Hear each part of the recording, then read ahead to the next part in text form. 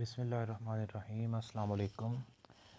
Dear students, hope so आप लोग अल्लाह ताला के फजल करम से बिल्कुल ठीक ठाक हैं। तो बेटे, due to shortage of time हम अपना ये जो चैप्टर है यूनिरेमिया, इसको अपने ग्रुप में कंटिन्यू कर रहे हैं, क्योंकि इसके अंदर मैंने डिसाइड ये किया है कि ये चूँकि छोटा सा चैप्टर है, इसको आज कंप्लीट कर दिया जाए। और इंशाल्लाह कल हम क्लास के अंदर, कि थर्सडे है, तो क्लास के अंदर हम जो अपना लास्ट चैप्टर है एनिलीडा, उसका इंट्रोडक्शन पढ़ेंगे और कल आपको उसकी क्लासिफिकेशन वगैरह सेंड कर दी जाएगी। और इसी वीक के अंदर, मतलब कि अपने नेक्स्ट थर्सडे से पहले पहले हम अपना पढ़ने वाला काम कंप्लीट कर लेंगे। प्रैक्टिकल हमारे ऑलरेडी कंप्लीट हैं, और जो लास्ट क्लास होगी उसके अंदर हम अपना जो फाइनल का कोर्स है उससे रिलेटेड किसी बच्चे का कोई मसला है या कोई टॉपिक रहता है, किसी बच्चे को समझ नहीं आया, तो कोर्स डिस्कशन करेंगे मतलब उसमें। तो हमारा जो क्वेश्चन नंबर 1 है, आपके नोट्स का पेज नंबर बनता है 268। चैप्टर का नाम है सब फाइलम यूनिरेमिया। तो question number 1, what factors probably account for the insect dominance on land. कि खुशकी के ऊपर, रूए ज़मीन के ऊपर हर जगह जो इंसेक्ट्स नज़र आते हैं, इसके पीछे क्या रीज़न है। तो इसके अंदर सबसे पहली चीज़ इनका एक्सोस्केलेटन है।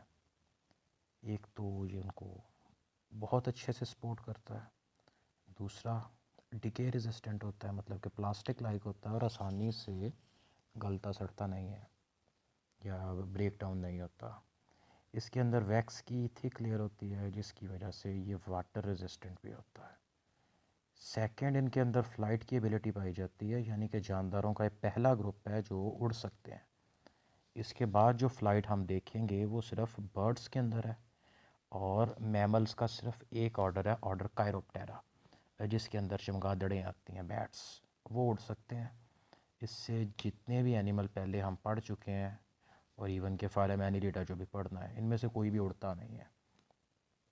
तो फ़्लाइट से इनको ये फ़ायदा होता है कि ये एक तो फूड की तलाश में बड़ी बड़ी दूर तक चले जाते हैं और फूड दूर से इकट्ठी करके उसको खा के वापस आ जाते हैं।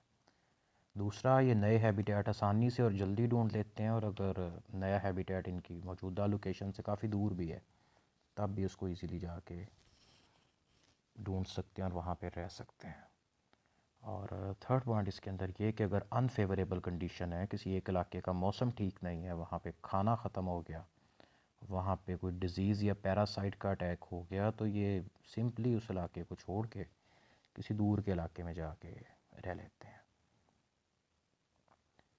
तो पॉइंट नंबर 3 इसके अंदर ये कि इंसेक्ट्स जो अंडे देते हैं ये डेसिकेशन रेजिस्टेंट होते हैं, यानी कि इनके अंडे खुश्की पे रहने के लिए बने हैं। इसलिए एक तो इनके अंडे पानी से दूर होते हैं, कुछ इंसेक्ट पानी में ही अंडे देते हैं, लेकिन मोस्टली इंसेक्ट्स के अंडे पानी से परे होते हैं और वो खुश्क होके ख़त्म नहीं होते।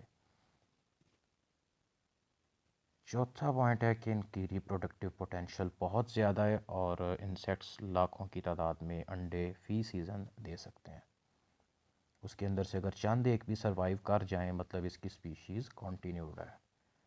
पॉइंट नंबर 5, इनमें मेटामॉर्फोसिस पाया जाता है, जिसका मतलब ये है कि इसकी जो एडल्ट स्टेज और इसकी जो इमेच्योर या लार्वल स्टेज है, ये एक दूसरे के साथ फूड या हैबिटेट के लिए कम्पीट नहीं करते। दोनों अलग-अलग जगह रहते हैं, अलग-अलग चीज़ें खाते हैं, इस वजह से रिसोर्सेज पे और इन्वायरमेंट पे भी बर्डन नहीं बढ़ता, और इनके आपस में कंपटीशन भी पैदा नहीं होता, तो ये कोएग्जिस्ट कर जाते हैं। और लास्ट पॉइंट नंबर 6, इनके अंदर फॉर्म एंड फंक्शन में बहुत डाइवर्सिटी पाई जाती है, जो कि इनके माउथ पार्ट्स में भी देखने को मिलती है। इनके लाइफस्टाइल के हिसाब से इनके माउथ पार्ट्स वेरियसली अडॉप्टेड होते हैं, मतलब कि चीज़ों को काट के खाने के लिए, जो प्लांट्स वगैरह को कट करते हैं या गोश्त वगैरह खाते हैं, कार्निवोरस इंसेक्ट होते हैं। लकड़ी को खाने के लिए, प्लांट्स में से नेक्टर और सेल सैप चूसने के लिए, या इंसानों का ब्लड चूसने के लिए। इनके माउथ पार्ट्स में डाइवर्सिटी पाई जाती है। नेक्स्ट इसकी डिटेल भी आएगी। Next question number 2, what classes of arthropods are collectively called myriapods? Give characteristics of each class. तो आर्थ्रोपोडा की किन 4 क्लासेस को कलेक्टिवली मायरियापोड कहा जाता है और उनके क्या कैरेक्टरिस्टिक्स हैं? तो आर्थ्रोपोडा के अंदर 4 इस तरह की क्लासेस हैं जिनको इंसेक्ट नहीं कहा जाता, यानी कि उनके अंदर इंसेक्ट वाले कैरेक्टर, 6 टांगे होना, बॉडी के 3 रीजन्स होना, वो वाले कैरेक्टर नहीं होते। तो इसके अंदर आते हैं class diplopoda, class chilopoda, class pauropoda और क्लास सिम्फाइला। तो इन चारों को एक नॉन टेक्सोनोमिक कैटेगरी के अंदर इकट्ठा किया जाता है जिसको मायरियापोड कहते हैं। नॉन टेक्सोनोमिक कैटेगरी का आप ये समझें कि ये species, genus, family, order, class, phylum, kingdom या डोमेन, इसमें से कोई लेवल नहीं है। ये सिर्फ अपनी आसानी के लिए ना एक ग्रुप बनाया गया है। तो फर्स्ट इसके अंदर आती क्लास डिप्लोपोडा। तो डिप्लो मतलब 2 है, पोड पाँव को कहते हैं। इनकी बॉडी के हर सेगमेंट के ऊपर पाँव के 2 पेयर्स होते हैं, यानी कि टोटल 4 पाँव होते हैं, ये वाले। इन इसके मेंबर्स को कॉमनली मिलीपीड्स कहा जाता है। तो इनकी बॉडी के अंदर 11 से लेके 100 तक सेगमेंट्स होते हैं, ये आपको लहदा बने नज़र आ भी रहे हैं इसमें, और हर एक के ऊपर टांगों के 2 पेयर होते हैं। तो बॉडी इसकी क्रॉस सेक्शन में राउंड गोल होती है, पाइप की तरह नज़र भी आ रही है, गोल है। उसके बाद है क्लास चिलोपोडा। इसके मेंबर्स को सेंटीपीड्स कहा जाता है। बॉडी के सेगमेंट्स कम से कम 15 या ज़्यादा होते हैं, ये वाले। तो हर सेगमेंट के ऊपर टांगों का एक सिंगल पेयर पाया जाता है। बॉडी इनकी थोड़ी चिपटी होती है, और जब इसको कट करके देखा जाता है तो क्रॉस सेक्शन के अंदर ये ओवल शेप अंडे की तरह की होती है।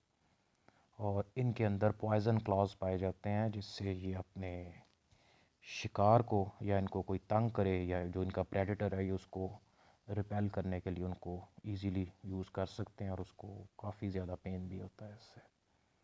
नेक्स्ट है क्लॉस पारोपोडा। तो इसके मेंबर्स को पारोपोड्स कहते हैं। बॉडी सॉफ्ट होती है, उसके 11 सेगमेंट्स होते हैं, और इनके अंदर टांगों के 9 पेयर यानी कि 18 टांगे होते हैं, ये वाले। और लास्ट पे आते हैं क्लास सिम्फाइला। इसके मेंबर्स को सिम्फाइलेंस कहा जाता है। बज़ाहिर देखने में सेंटीपीड्स की तरह के होते हैं, लेकिन इनकी आंखें नहीं होती, सेंटीपीड से छोटे होते हैं, और इनकी 12 लेग्स होती हैं।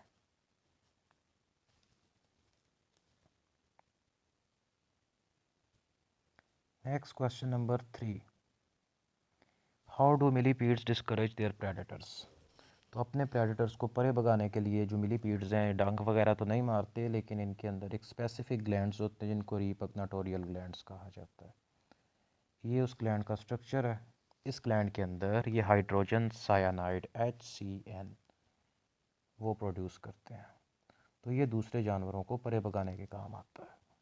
तो हाइड्रोजन सायानाइड एक कॉस्टिक केमिकल है, यानी कि जब ये किसी भी दूसरे जानवर की स्किन पे गिरता है तो उसकी स्किन गलना शुरू हो जाती है, स्किन पे रैशेस बन जाते हैं। इसलिए जो इनका प्रेडेटर इनको मारने की या खाने की कोशिश कर रहा है, वो इनको छोड़ के परे भाग जाता है, और दोबारा से नसीहत भी पकड़ता है कि इसको देख के इग्नोर करना, इसको खाने की कोशिश नहीं करनी। तो ये उसके रिपग्नाटोरियल ग्लैंड का स्ट्रक्चर है। ये वेसिकल है, यहाँ पे हाइड्रोजन सायानाइड फील्ड होता है।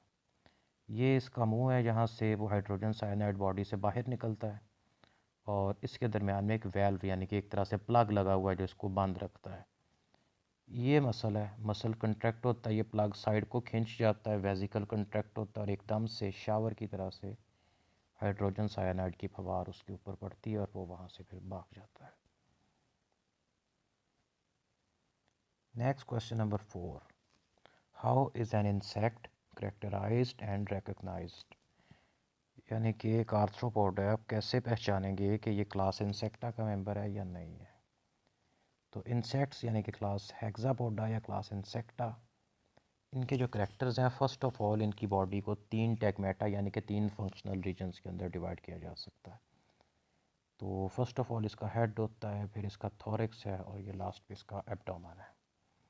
तो हेड के ऊपर अंटीनों का एक पेयर होता है, ये इसके अंटीने हैं। उसके बाद जो थोरिक्स है, इसको फर्दर 3 रीजन्स में डिवाइड किया जाता है। तो सबसे अगला होता है प्रोथोरेसिक, दरमियान वाला मीज़ोथोरिक्स, और लास्ट पे मेटाथोरैक्स। तो थोरैक्स के तीनों रीजन्स के ऊपर अपेंडेजेस का यानी कि टांगों का और विंग्स का एक एक पेयर होता है।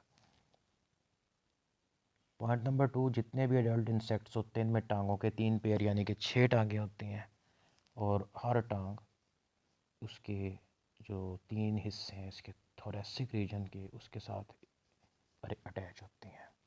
यानी कि पहला पेयर इसका होता है प्रोथोरैसिक रीजन में, दूसरा मीज़ोथोरैसिक और फिर आखिरी वाला मेटाथोरैसिक। जिस तरह से भी ये देखें ना, आपकी बुक पे ग्रास होपर है, ये कॉकरोच है, आपको समझाने के लिए।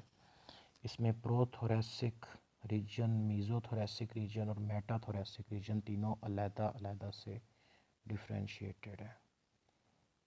तो हर एक के साथ टांगों का एक एक पेयर लगा हुआ है।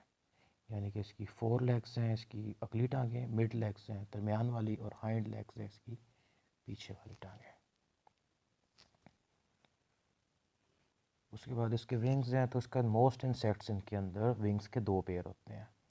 एक पेयर इसके प्रोथोरैक्स के साथ अटैच होता है और एक मीज़ोथोरैक्स के साथ इसकी डोर्सो लेटरल यानी कि डोर्सल साइड पे लेटरल करके यानी कि किनारों पे करके ज़रा अटैच होते हैं। उसके बाद इनका एब्डोमन आता है, इसके ऊपर ये लाइनें लाइनें सी बनी है, मतलब इसका एब्डोमन सेगमेंटेड होता है और इसमें 10 से लेके 11 तक सेगमेंट्स पाए जाते हैं। रेस्पिरेशन के लिए इसमें ट्यूब्स का एक नेटवर्क होता है जिसको ट्रेकियल सिस्टम कहा जाता है, और उसकी जो ओपनिंग्स होती हैं इसके एब्डोमिनल रीजन में होती हैं, उस ओपनिंग्स को स्पायरिकल्स कहा जाता है।